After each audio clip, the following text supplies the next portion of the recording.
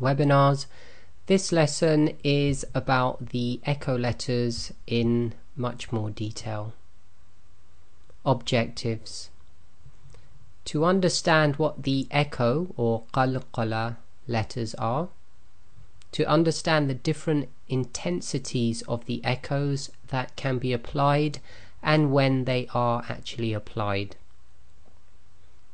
So, the echo letters. So in Arabic, the term used is Qalqalah. 5 of the alphabet letters are known as the Qalqalah letters, or what we call in English generally the echo letters. Sometimes they're referred to as shaking, not necessarily the shaking letters, but the term Qalqalah implies shaking.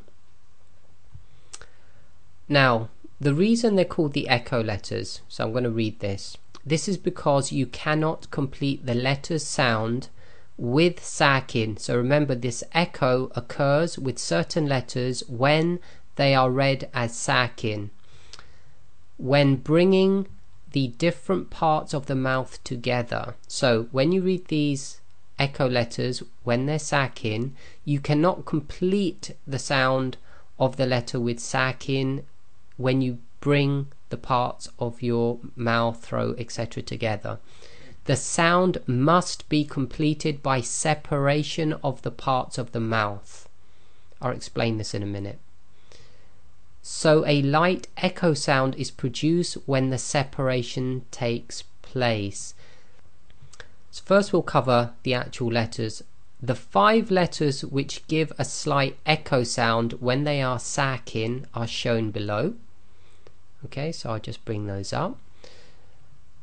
And I've got a note here, we will show them in light blue when an echo is required. So these are the 5 letters. So you can remember them as Qa, Ta, Ja, Da, Ba. And we've put the sukoon on all of them to indicate the echo happens when they are sakin.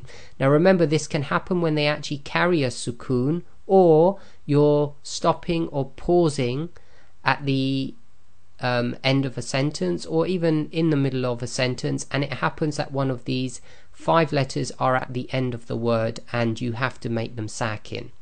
Okay, so remember, these are Qa, Ta, Ja, Da, Ba. If you remember that, that's an easy way to remember it. So here we have a simple example. So we've got the sound of Aq.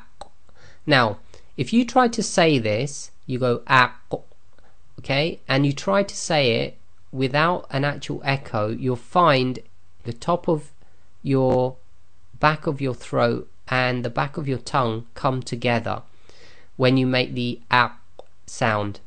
Now in order to get the proper sound of the qaf to come out, you have to separate, so you have to actually say aq. Okay, now there's 2 reasons you have to actually apply the echo. One is because you can't really finish the sound of the qaf, and the second one is if you just say aq, it could be mistaken for the kaf. So there's a dual purpose going on with the echo. One is you cannot complete the sound without the echo, which is taking place because of the separation of the 2 parts of articulation. And the second is it helps us to stop confusing, especially with the qaf, confusing it with the kaf, and with the ta it will be to help us stop confusing it with the ta. Okay, so there's certain reasons for that. Now when you normally apply the sakin to any other letter apart from these 5, generally you do not need to separate the points of articulation, whether they're the lips, the tongue, or the throat. Okay, so these ones are slightly different. So again, this is pronounced as aq, and we purposely separate and make sure there's a slight echo on it. Now we've covered these echo letters in one of the very early stages of reading, and we've practiced them through the practices, and we've had them highlighted in blue all along, so you should know how to pronounce them now already. However, we're now going to look at what we call intensities, because the intensity of the echo can change depending on certain scenarios, and there's 3 levels of intensity. So we'll look at the first. If the echo letter, when it's sakin, is in the middle of a word, then the intensity of the echo is what we call low, i.e. the lowest. If the echo letter is at the end of a word and it's going to be read as sakin, okay, so maybe you're doing a pause or you're stopping, then the echo must be medium. And if the echo letter is at the end of a word, and obviously you're stopping on that word or you're pausing on the word, and it happens that the echo letter also carries a shadda, but remember we're stopping, so it's going to be read as sakin, the intensity of the echo must be high, i.e. it must be very pronounced. So here I've drawn a slider showing the intensity. So again, in the middle of the word it's the lowest, at the end of the word if it's read as sakin it's medium, and at the end of a word where it's read as sakin and it carried a shadda before you made it sakin, then it goes to the highest level. So we'll do a small analysis. So the 3 intensities. So here's a word and we've got the letter ba, which is one of the qoto jadaba, i.e. the echo letters, and it's sakin, and it's in the middle of a sentence and we're not stopping.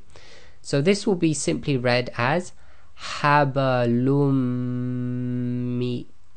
Okay, so habalum, so the haba is just nice and very soft because it's in the middle of a word.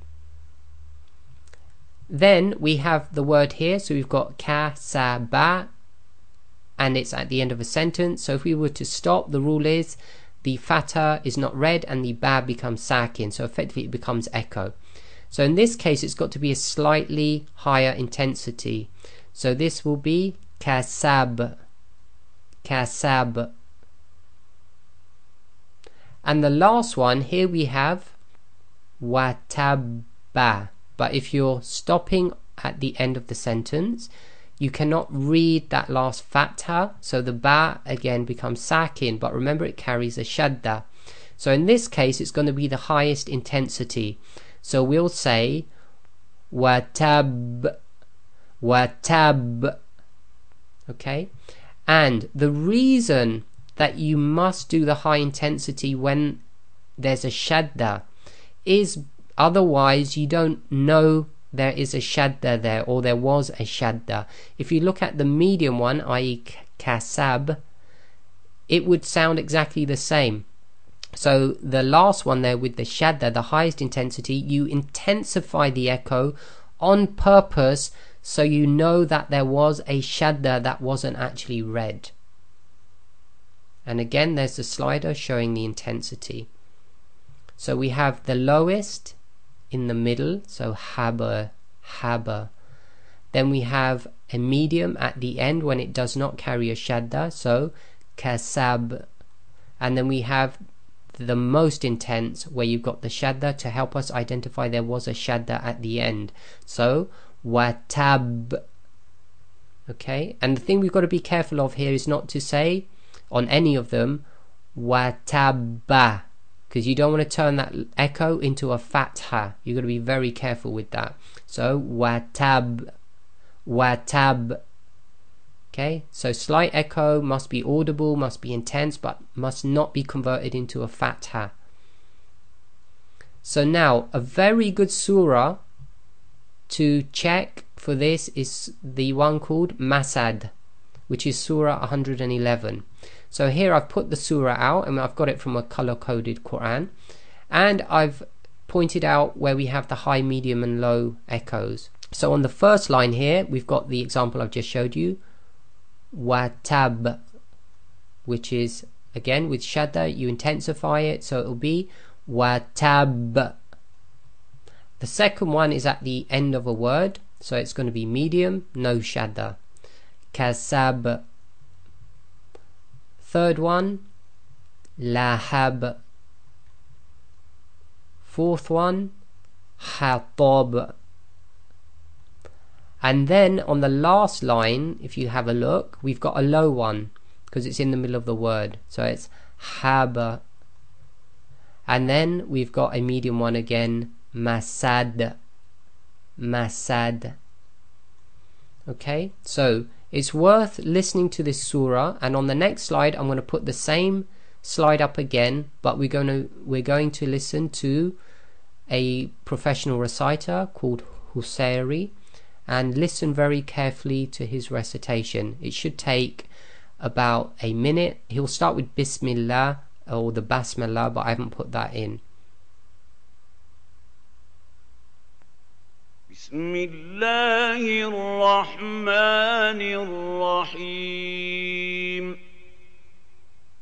Tabbat yada abi lahabin wa tabb. ما أغنى عنه ماله وما كسب سيصلى نارا ذات لهب وامرأته حمالة الحطب في جيدها حبل من مسد. Conclusion. We understand what the echo letters are, and we now understand the different intensities of the echoes that can be applied and when they are applied.